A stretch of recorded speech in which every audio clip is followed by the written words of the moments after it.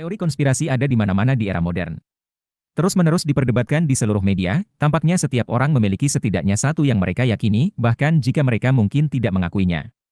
Tetapi apakah ada beberapa yang, untuk semua kekonyolan mereka yang tampak, memiliki implikasi yang mematikan? Semakin umum di dunia barat adalah kepercayaan aneh bahwa ras, humanoid reptil, manusia kadal, atau reptoid, entah bagaimana telah menyusup ke eselon atas masyarakat bumi. Kadal ini menyamar sebagai manusia, sebagai tokoh kuat seperti keluarga Bush, bangsawan Inggris, Obama, dan sebagainya, tetapi mereka mengenakan setelan kulit atau perubahan bentuk untuk menjaga sifat reptil mereka yang sebenarnya tetap tersembunyi. Mereka bekerja bertentangan dengan kepentingan terbaik umat manusia, operasi klandestin untuk merebut dan mempertahankan kekuasaan, memperkaya diri mereka sendiri, mengendalikan kita semua, dan bahkan meminum darah kita. Terlalu mudah untuk menunjuk dan menertawakan orang-orang yang mempercayai teori ini, tetapi peringkat mereka mungkin tumbuh. Pada tahun 2016, jajak pendapat menemukan bahwa 12 juta orang Amerika percaya teori humanoid reptil. Itu 4% dari total populasi. Banyak.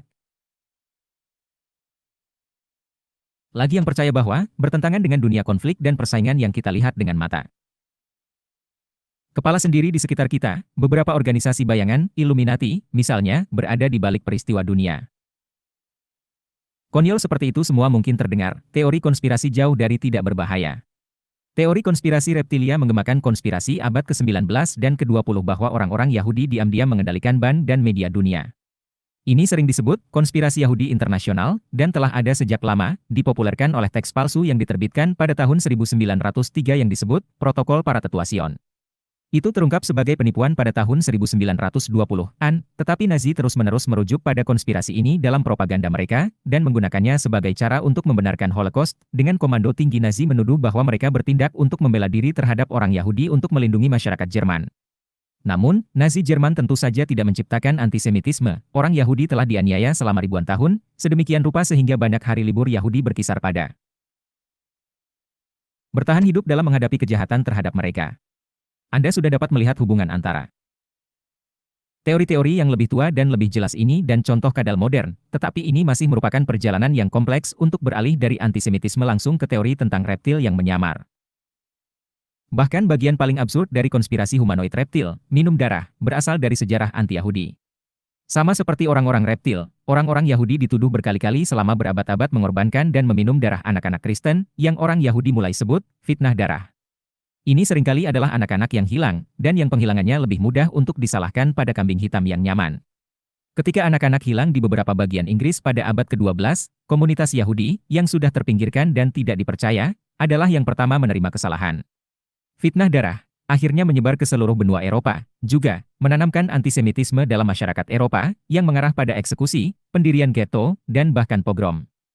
Dan kita tidak bisa cukup menekankan bahwa sama sekali tidak ada bukti bahwa ada komunitas Yahudi yang pernah melakukan tindakan seperti ini. Seperti namanya, fitnah darah, hanyalah itu, fitnah, dibuat untuk memfitnah orang Yahudi dan membenarkan kekerasan massa terhadap mereka. Namun, kebohongan itu masih bertahan, bahkan di abad ke-21. Tapi mengapa reptil alien, dari semua hal?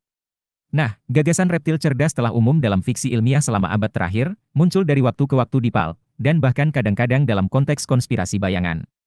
Tetapi orang yang bertanggung jawab atas teori hari ini adalah mantan pesepak bola dan penyiar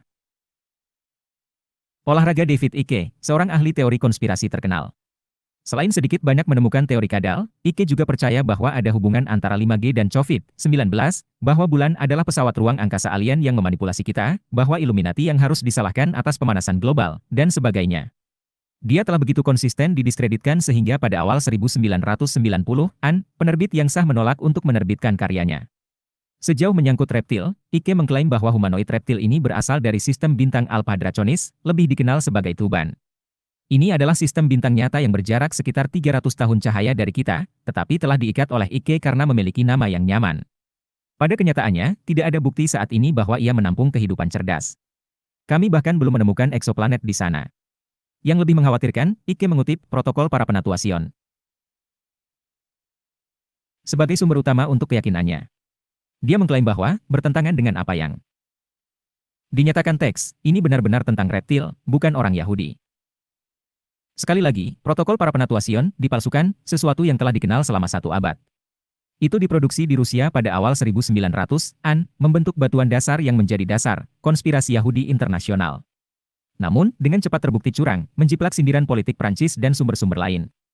Jadi, mengapa itu disamarkan dan diterbitkan ulang pada tahun 1903, dan untuk tujuan apa? Ya, seperti fitnah darah, untuk menemukan kambing hitam untuk masalah sistemik yang nyata. Pertama, itu adalah hilangnya anak-anak, tetapi kali ini, itu karena kegagalan Kekaisaran Rusia, yang telah menghasilkan keresahan yang semakin besar. Gagasan untuk menjadi kambing hitam bagi orang Yahudi tidak berhasil. Pada tahun 1914, perang pecah di Eropa, kerugian militer menyebabkan pemberontakan, dan situasinya akhirnya meledak dengan revolusi Rusia pada tahun 1917. Pada tahun 1918, kurang dari setahun setelah kaum Bolshevik merebut kekuasaan, Tsar Nicholas II dan seluruh keluarganya dieksekusi. Meskipun hanya 10% dari kaum Bolshevik adalah orang Yahudi, protokol digunakan untuk menyalahkan orang Yahudi atas revolusi tersebut. Ini adalah warisan yang masih harus dihadapi orang Yahudi hingga saat ini, dengan protokol yang digambarkan oleh Museum Peringatan Holocaust Amerika Serikat sebagai publikasi antisemitisme yang paling terkenal dan didistribusikan secara luas di zaman modern. Selama berabad-abad, antisemitisme telah menjadi begitu marak di Eropa dan Asia sehingga, pada tahun 1942, sebuah kapal yang penuh dengan pengungsi Yahudi yang mencoba melarikan diri dari pendudukan Nazi ditolak oleh pemerintah AS karena paranoia yang tidak berdasar yang mungkin mereka lakukan oleh mata-mata Jerman. Tidak semua orang yang dituduh oleh ahli teori konspirasi reptil sebagai kadal adalah orang Yahudi, tetapi beberapa di antaranya adalah George Soros, misalnya. Dan kecemasan budaya di sekitar orang-orang yang berpotensi menjadi sesuatu selain yang mereka klaim telah mencapai puncaknya di masa lalu. Inkuisisi Spanyol didirikan untuk menganiaya, bidat, di antara orang-orang Yahudi dan Muslim yang telah masuk Katolik, tetapi diam-diam terus mempraktikkan iman asli mereka. Banyak yang telah bertobat untuk menghindari kekerasan dan pengusiran. Inkuisisi menyiksa, mengusir, dan mengeksekusi mereka dalam ribuan mereka.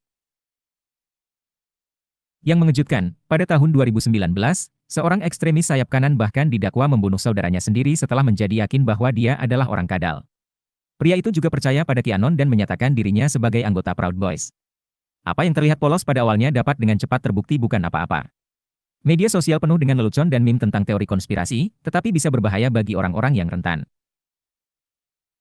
Para kritikus teori konspirasi reptil melabelinya sebagai peluit anjing, bahasa berkode yang mungkin tampak tidak berbahaya pada pandangan pertama, tetapi mengkomunikasikan ide-ide yang sangat spesifik kepada orang-orang dalam audiens yang dituju. Misalnya, kelompok neonazi modern, yang masih ada dan aktif di seluruh dunia barat, menggunakan peluit anjing untuk menciptakan penyangkalan yang masuk akal di sekitar keyakinan mereka, sehingga orang biasa tidak berpegang pada keyakinan mereka yang sebenarnya. Gagasan bahwa orang kadal berjalan di antara kita bisa tampak konyol. Tetapi teori itu, yang diyakini oleh jutaan orang Amerika, mengingatkan kembali pada propaganda yang sangat berbahaya, terkait dengan penganiayaan terhadap orang-orang Yahudi. Hitler menggunakan protokol yang diandalkan David Icke untuk membunuh 6 juta orang Yahudi dalam kejahatan terbesar yang pernah dilakukan terhadap kemanusiaan. Dan itulah mengapa humanoid reptil adalah teori konspirasi paling berbahaya dari semuanya.